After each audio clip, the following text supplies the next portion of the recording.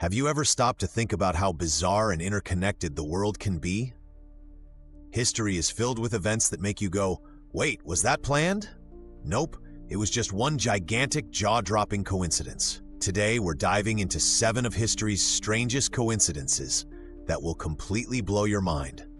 And trust me, you really don't want to miss number 7. All right, let's hit the ground running with the first one. Picture this: 2 men, one shared fate in a single taxi. In 1975, Erskine Lawrence Eben was riding his moped in Bermuda when he was tragically struck and killed by a taxi. Here's where it gets eerie. Exactly 1 year earlier, his brother Neville had been killed in the exact same way.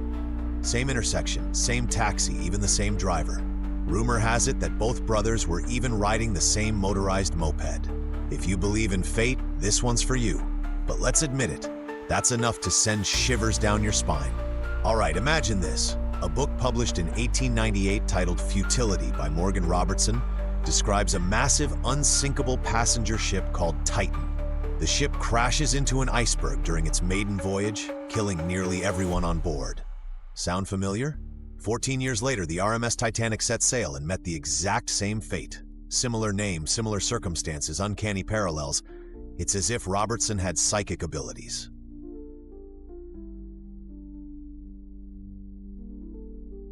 Titanic's tragedy was shockingly predicted to the letter, and you've got to wonder, was it coincidence or something more? And now for the wildest coincidence of all. Mark Twain, the legendary American writer and humorist, had a peculiar relationship with Halley's Comet. Twain was born in 1835, the very year the comet streaked across Earth's sky. Fast forward to 1910, and what do you know?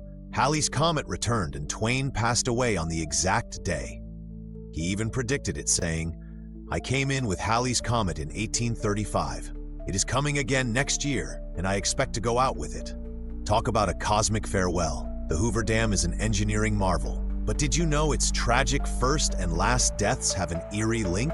On December 20th, 1922, a man named J.G. Tierney was the first fatality at the dam's construction site. Exactly 14 years later, to the day, his son Patrick Tierney became the final laborer to die while working on the project. What are the odds of a father and son both meeting such tragic fates years apart on the same date? The world works in mysterious ways. Virginia's master of macabre, Edgar Allan Poe, had a knack for creepy stories, and apparently clairvoyance too. In the narrative of Arthur Gordon Pym, Poe describes a shipwreck where stranded sailors, desperate for food, resort to cannibalism, choosing to eat a cabin boy named Richard Parker. Fast forward to 1884, nearly 50 years after the book's publication. A yacht named Mignonette shipwrecked, and the survivors did in fact resort to cannibalism. The victim? A cabin boy named Richard Parker. Prophecy or coincidence? We're still scratching our heads. Nature versus nurture. Let me introduce you to the Jim twins, Jim Lewis and Jim Springer.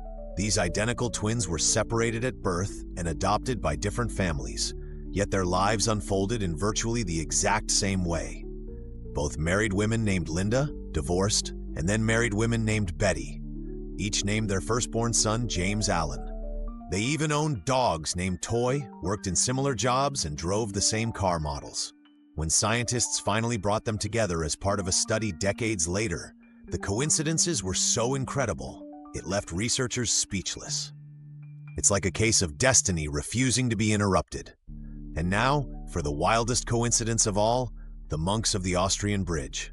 This one's straight out of a novel. In 1858, Austria was home to a medieval monastery-turned-bridge known as August Bridge.